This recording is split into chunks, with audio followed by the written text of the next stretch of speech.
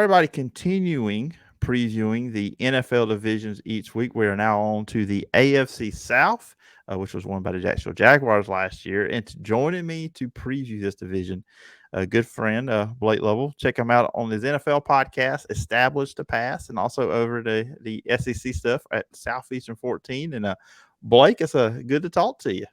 Yeah, thanks as always for having me on, Phillip. It's as you said, it's football season. It's here. It's August, and yeah, there's plenty to discuss. Like you said, whether it's on the college front or on the NFL front, especially when it comes to my favorite division out there. And even if it wasn't a geographical thing, I think just that there's usually never a division any more wackier than the AFC South, and that's kind of been the theme over the years, and we'll see now with multiple new quarterbacks in the mix and a lot of other interesting dynamics if that is going to be the case again this season. So, Yeah, I was thinking about it. This has got to be the division that's had the most, like week 17 or now week 18, Sunday night or Saturday night playing games for the final spot or the division title. I feel like this division has the most of those. yeah, I mean, it always feels like you said, when you get into some of those games, especially later in the season, you're just like, there's so much to get to that point. Like there have been so many, wild things that have happened to sort of lead to the division being where it's at. I mean, think about even last year, right? Where it's like, okay, we all kind of thought the Jags could make that jump and we knew it was coming. We just didn't know it was going to happen maybe as fast as it did. And I think, we've all kind of talked about just sort of the Texans have been the Texans over the past couple of years, other than playing the spoiler role. That's just what they've been. And then it's like the Titans and Colts have been, kind of hit or miss sometimes and trying to figure out exactly what they are. And, it seems like forever ago now, right? That the Titans were not that far away from the Super Bowl. And, but that's how quickly things move in the NFL, especially in this division. And again, just kind of with all the new faces, especially at important positions, my guess is you'll have a lot more of those kind of late season games like this. And like you said, going into week 18 or something, you may have three teams that are basically still right there on that line. But it's just, yeah, it's a wild division for sure. And it's never two teams that have like a really, really, really good record either. It's usually like Right. borderline 500. Let's see who can get Yeah. into the playoffs. We're going to go through these teams, one by one in alphabetical order, so nobody can accuse me of being biased toward anybody, because the internet never does that. But overall, when you look at this division, you kind of hit on some points now with the new faces, particularly at quarterback, the young quarterbacks that are now in this division. But overall, what are your thoughts on this division? Well, like I said, I think that's certainly, one of the top storylines is, we've seen what Trevor Lawrence has done as one of the newer faces, which now he feels older compared to some of the other guys that are in Hmm. the division. But, we've kind of said, all right, we knew his ascent was coming. We knew he was going to eventually reach what he's gotten to now. And now it's just a matter, I think, of seeing, are we going to see that same thing, out of the other three guys that are there? Obviously, Anthony Richardson, CJ Stroud. And then, of course, you can add Will Levis into the mix depending on what happens with the Titans. And so, yeah, I mean, I think that's certainly the story here because, I mean, you think about it. What happens if all three of those guys start games this year? Which I think there's a real possibility that's going to happen, right? I think we'd all be surprised probably if it doesn't. And, even with Tannehill's situation and all that, I mean, look, it wouldn't be shocking to see Will Levis in there at some point. Whether that's later in the season for, various reasons, maybe it's, playoff clinched or not or whatever. But I mean, again, you don't draft these guys where you drafted them out if you don't feel like you're going to give them an opportunity. And especially, the two guys that were drafted the highest. So I think from that standpoint, there's a lot of questions, right? I mean, especially you've got coach turnover at two different places, with the Colts and the Texans kind of starting new eras. And I think it's going to be interesting to see how quickly the Texans can rise from being, a team at the bottom. How quickly can that, kind of climb happen, especially in this division where it seems like you can get there a lot quicker because you just, things turn over so fast. And then of course the Colts, I know we'll talk about them individually, but look, they went all in on Anthony Richardson, and we know in SEC country there were a lot of opinions on Anthony Richardson at Florida last year, but the Colts have decided that's where they're going, and not only that, they've got a problem with their best player on the roster at this point, and Jonathan Taylor, and so it's there's a lot of questions for the Colts, just as there's a lot of questions for the Texans, a lot of questions for the Titans. I'm not mentioning the Jags because, quite frankly, I don't have a lot of questions about them right now when you compare them to the other teams. Maybe in terms of, okay, can they be a Super Bowl team? Sure, you can look at different things and wonder about that. But I'll be honest, right now, as I look at it, yeah, I mean, I think that the Jags are certainly the team with the least amount of questions. And they look like a team that is going to be hard to stop for me yet again, just because it looks like the other teams in the division are just, yeah, I think it's a wait and see approach on everyone else. So let's go ahead and we'll start with Houston Texans. Like I said, alphabetical order, but maybe this is the best team to kind of start with and get through. Uh, and I was looking to, at least now it feels like they're not going to have another one and done head coach, D'Amico Ryans. I would hope not. After Okay. David Culley and then Lovey Smith were one and done out of there. But it's really, you got to look at the young guys. I mean, you got C.J. Stroud, quarterback, you get him, and then you get Will Anderson as well. Traded Brandon Cooks. So I'm like, okay, who you throwing to? CJ Stroud. Have fun with that. But what are your thoughts on this team? Kind of like where they're at, because like you said, they've been bad for so many years. 3 straight years have been just a really bad football team. It can only go up, but how up can they go? Yeah, I mean, look, I'm a big D'Amico Ryans fan. Like you said, I can't imagine they're going to go the 1 year plan with him. If they do, something's wrong because I think, just as we've said in previous times, I mean, the David Culley era, it felt like they got better, but they're like, all right, we're moving on from him.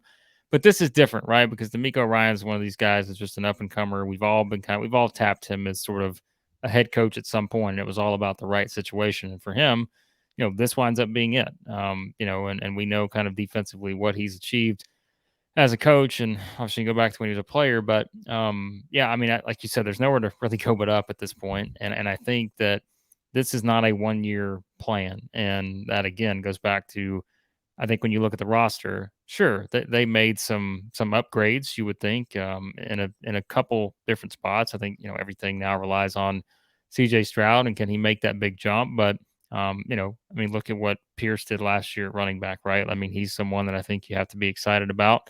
And you kind of see what they can do as he kind of takes that next step. Defensively, yeah, you get someone in that can sort of anchor things. Will Anderson, he's still a rookie, but yet we both know just how talented he is. You've still got some younger guys on the defense that are getting more experience and seeing how they continue to develop. They added some guys, in free agency to try to, I mean, they had several guys, didn't they? I mean, when you look at the roster, it's like, man, they picked up quite a few guys to really try to get this going fast. And I mean, look, I think you're banking on D'Amico Ryans here and his ability defensively to keep them at least in games whenever maybe the offense struggles a little bit. Because, like you said, you could look at the offensive part of this equation, and yeah, I mean, you got to have people to throw to, and nothing against their wide receiver group, but like if you compare it to others, who they brought in Robert Woods and John Mechie's there, and Nico Collins and Noah Brown's an interesting one. I know they brought in from the Cowboys. But that's when you compare it to others. I mean, that's not one that's just going to completely jump out at you as a wide receiver group. So to me, here's what I think. I think the Texans' identity will be how many yards can you get on the ground, whether that's C.J. Stroud, whether that's Pierce, kind of getting a combination of the two, perhaps. And I think it's just, can you build this defense as quickly as possible to be a team that can just do some D'Amico Ryans type things, right? Like just be able to put together some different packages like you did with the Niners, and just to give you a chance. And I think that's what it all comes down to, because the roster still is not where it needs to be yet for them to win this division, I think. I mean, I think they are still a ways away from doing that. But I do think in one off season, they've at least put together enough to where it's interesting, because I was looking at was it like the projected win totals and like the Vegas odds and stuff. I was stunned when I saw that at 6.5, because I was like, man, that's higher than I thought it would be. And that doesn't mean anything, but if you're just looking at kind of where things are set at, that was higher than I thought. So I mean, schedule plays a role and all that kind of stuff. But yeah, I mean, I think the Texans are. I'd probably be more surprised than not if they're not the team that finishes the bottom of the division. But I do think there is upward more momentum seemingly for the first time in quite a while. So Yeah, and when I was looking at them, there's some of their stats, their rankings from last year. They were 10th in the NFL in pass defense. yeah, Derek Stingley was part of that. They're bringing in safety Jimmy Ward, of course, 49ers connection in his past. So, I mean, that's something to play with there on defense. And if if Will Anderson is the college Will Anderson in the NFL, I mean that's a big deal. I think linebacker would be interesting, but yeah, I mean they actually they do have there's some good points they've had from last year going into this year, and the secondary really stood out. Yeah. Well, and look too, I mean, because they finished where they finished last year, we always have to look at it that way is they get an easier schedule because they were the team that finished at the bottom. So like that does help a little bit too. And certainly you can go through their schedule and be like, well, I don't see a ton of easy games on there. But the good news is here's what they get. And I'm sorry to any NFC South fans out there, but they get the NFC South. And that's a good thing to have at this point because that's another Mhm. division that is clearly in transition.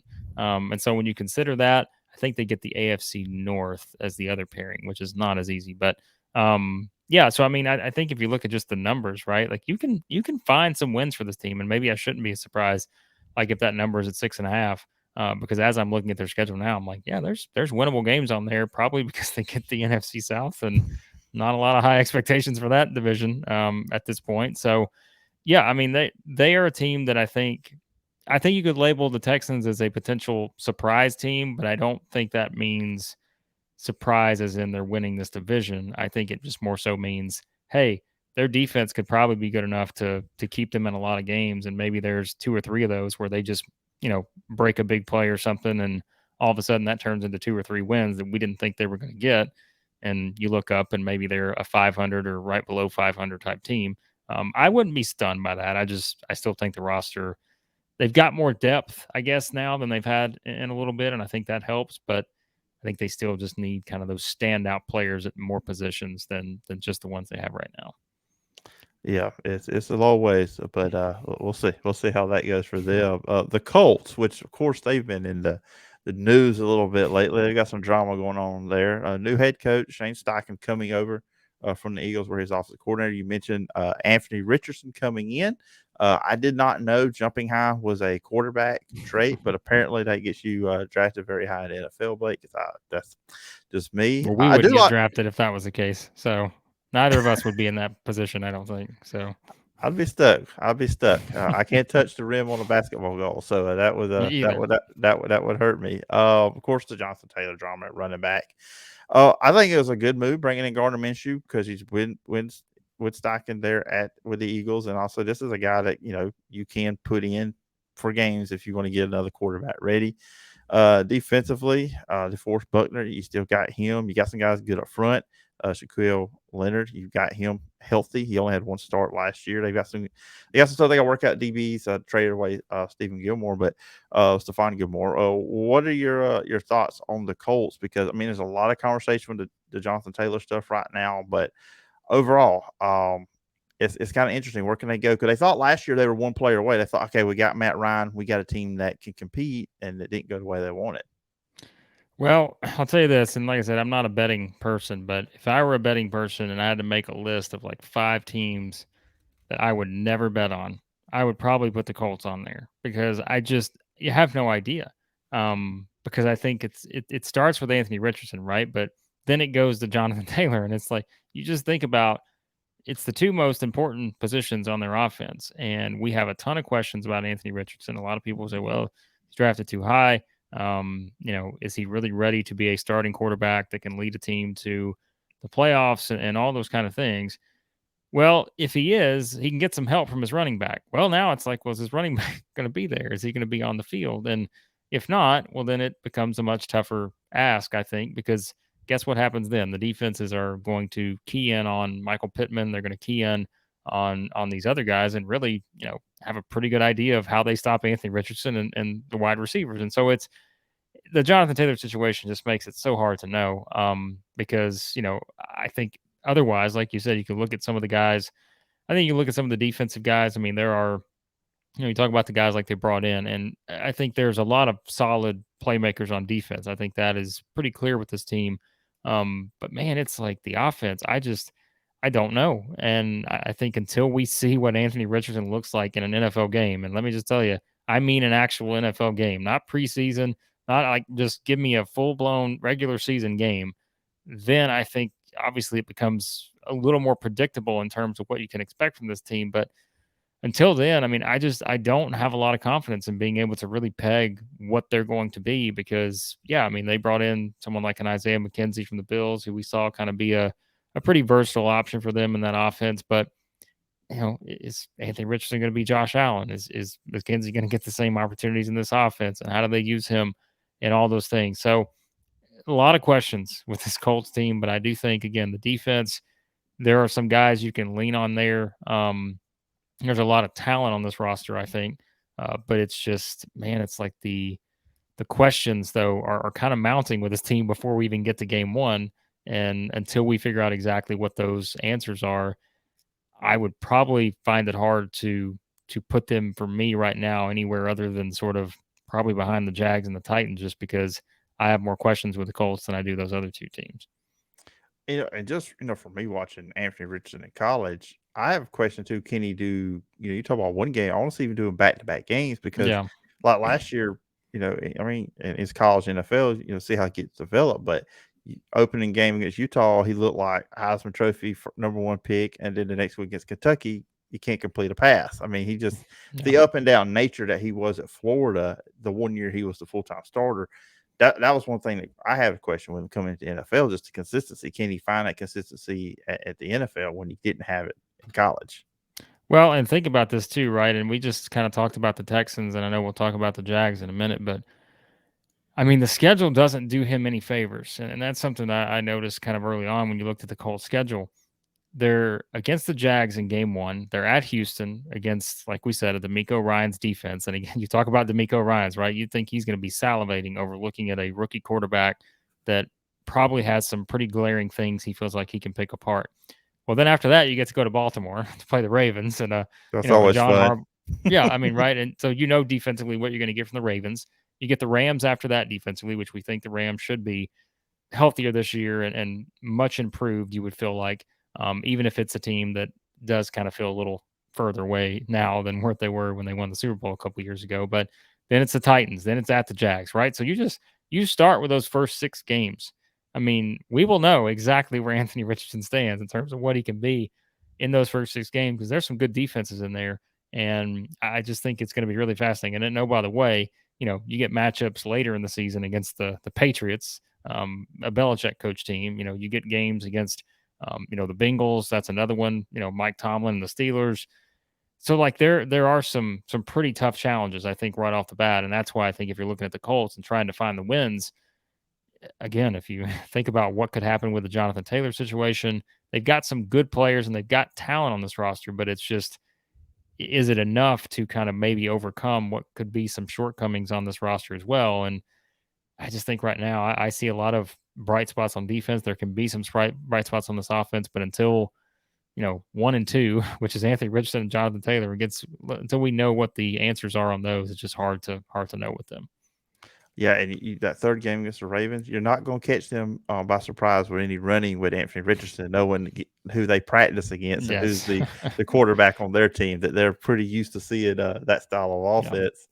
Yeah. The Jacksonville Jaguars, I think we're kind of getting to the better half of the division now as we head into these next two. You talked about, this team should be the favorite in this division, just what they got coming back. And look, Calvin Ridley, I know he didn't play last year. We haven't really seen him play much in the last couple of years, but he's obviously a talented receiver, and you add him with Christian Kirk and Zay Jones coming back. The development of Trevor Lawrence, where he's going next, and then Travis Etienne, they got a good line. I mean, offensively, this team could actually continue what they were doing at the end of last year and actually be a whole lot better just with what they've added and just adding to what Trevor Lawrence is doing, in his third year. With Doug Peterson, which I think that was a big part of his development too, getting Doug Peterson and getting as far away from Urban Meyer as physically possible. Well, and you think too, and I'll go back to the offense in a second, but you think about kind of how many young guys they've had on defense, and now they get a year older. And a lot of those young guys made an impact last year, right? I mean, we think about the guys who were just coming in and basically the impact they made, but now it's like, okay, they got another year of experience, but not just a year of experience on a team that won a playoff game and, got to the situation where they were, the surprise team of the league or whatever. And I'm sure there's someone I'm forgetting, but it's like, you get guys who are older now, and that added experience is really going to help on that side too. But on the offensive side, like you said, sure, we hadn't seen Calvin Ridley, but we know how good he can be. We know how Mhm. talented he is. And you pair him with Trevor Lawrence. Evan Ingram came in, and he was someone that I think a lot of people were down on, but he comes in, has a good year. Like, you feel like, okay, they've got him worked in. I'll tell you something I'm very interested to see. We know Travis Etienne's there, and they can use him in a variety of ways. But Tank Bigsby coming in, I mean, from Auburn. I mean, I think he will make an impact too. Which again, I know they're going to use Etienne as much as they can, but I think he is a very interesting piece for them to use this season in that offense. And so I really like this Jags team, and I've always been a big Doug Peterson guy. I know, kind of how things ended with the Eagles and all this other stuff, but I just think when you saw what he did there, you knew it just had to be kind of the right situation. You pair him with a quarterback that you feel like is going to be a future star.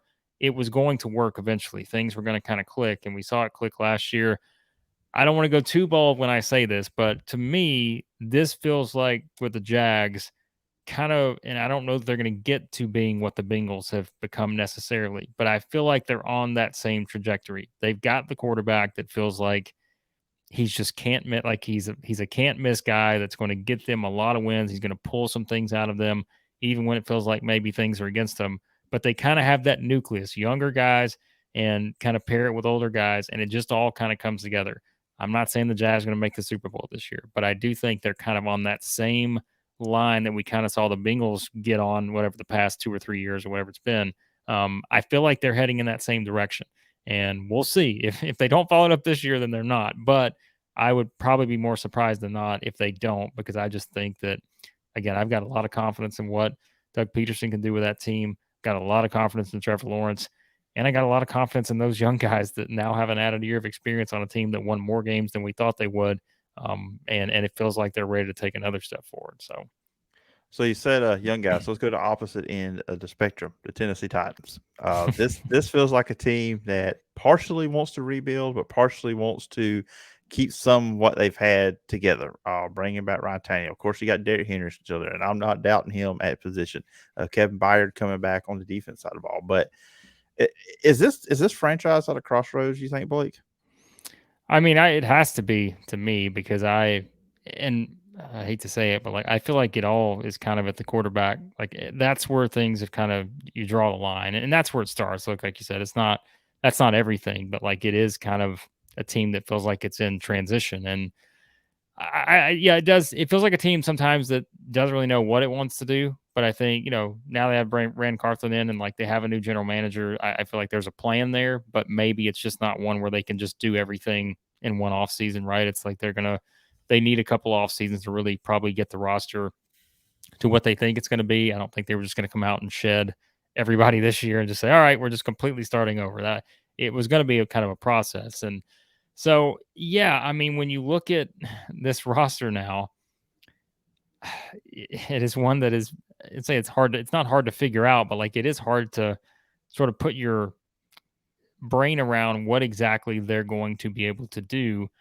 Because I just feel like yeah, they got Derrick Henry. We know how good Derrick Henry can be.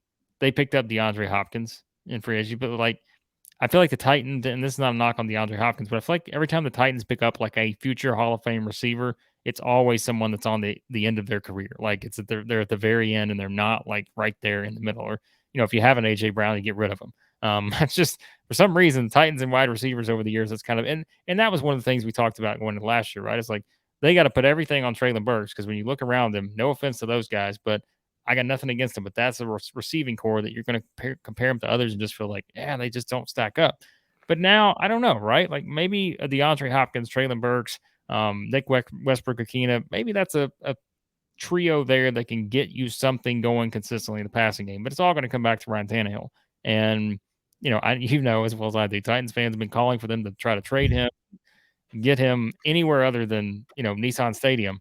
But they do have Will Levis now, and yes, it's the second straight year that they've drafted, a quarterback in the second round or whatever, because Malik Willis before that. It just hasn't worked out.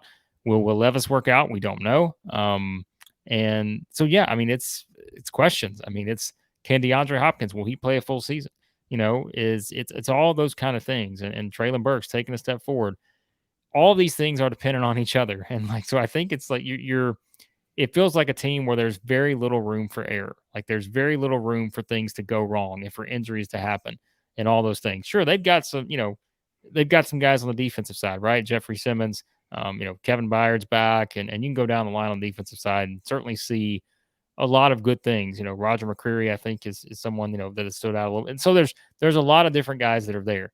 But I don't know, like, what is the Titans' identity at this point, right? It felt like, to me, there was a pretty clear identity several years ago when they're, a step away from the Super Bowl and those kind of things. I don't know if it's the same now. Like, I feel like it is certainly a organization that feels like it's in transition, but yet still has the pieces to win the division. But it's just like, you feel like it's going to take kind of best case scenario to get to that. And I could see, if we're labeling teams, right? I could see the Titans being perhaps like the most frustrating team in this division, because I think you could see a team that comes out sometimes and looks like it's good enough to play the Chiefs again in the AFC Championship game. And then I think at other times you come out and see a team that can't put up, 10 points against the Texans or something. And so I feel like that's kind of the range you're going to get from the Titans this season. Yeah, they seem like a team that's got they could have a high ceiling just because of the players they have back. Yeah. But also they could also have one of the teams that where it just goes completely fall apart and be one of the worst teams in the division. Yeah, because Derrick Henry, DeAndre Hopkins, like, what happens if both those guys are injured, which we've seen before, right? Like, I mean, there's a lot of miles on those tires. So, like, if those two guys get injured, like, what does the offense look like? And, like, it's the thing with Tannehill. Do they turn to Levis at some point? Like, we don't. These are all things that are going to really dictate how good this team can be. And it's just, like you said, I think that's the best way to put it. They can't have a high ceiling, but it feels like that ceiling is lower than it was several years ago, just based on kind of the moves they've made. So I feel like you've kind of let the audience know where you see this division going, 1 through 4. But what's the order of finish you're seeing with AFC South? Yeah, I mean, I will go Jags 1. I think I'll go Titans 2, just because, again, I think the Titans can win the division, but it's just maybe it's just a long time Titans follower. The frustration in me can come out sometimes, but I would give them the nod over the Colts right now, because I think they've got I'd say a lot more. They've got more proven, I think, aspects than the Colts do at this point, especially with Jonathan Taylor. I think that's the one that just, I'm like, if that goes south, Colts could finish last. Like, and that's not, I don't think that's going too far, but I will go Colts 3rd. I'll go Texans 4th, because I know that feels kind of predictable, like you said, but I don't know what other order you could put them in right now, because I don't think I could make myself pick the Titans to beat the Jags. Or to beat them in the standings. They could certainly beat them, but I don't think I could pick the Colts ahead of the Titans, like I said, just because of the proven aspects. And while there is a part of me that wants to, like, make the pick with the Texans and feel like they're going to take that jump ahead of maybe the Colts or something, that would probably take just Anthony Richardson just being just a completely bad situation, right? But then again, they've got Gardner Minshew behind him, which Gardner Minshew's not a bad quarterback, so maybe he could come in and do some things. So I don't want to say it's one of the most predictable divisions, I would feel like, but I would say if you had to do like a confidence pool or something, I'd probably have this one higher on the list versus some of the other divisions out there in terms of what I think will be the 1 through 4 finish. So, yeah, they may go neck and neck with the NFC South with that one, but yeah. But yeah, it's going to be interesting to see how this goes. And you know how it goes in NFL, when you think something happens, and then some team you never thought could rise up. So maybe it's in this division. So we'll find out in a few weeks when the season starts. And Blake, this will be a lot of fun having you on the show to talk the AFC South. I think it's kind of turned to a tradition, which with me and you with the AFC South breaking it down for a season. But if the listeners and viewers want to check out online, where can they find you and all the work you're doing?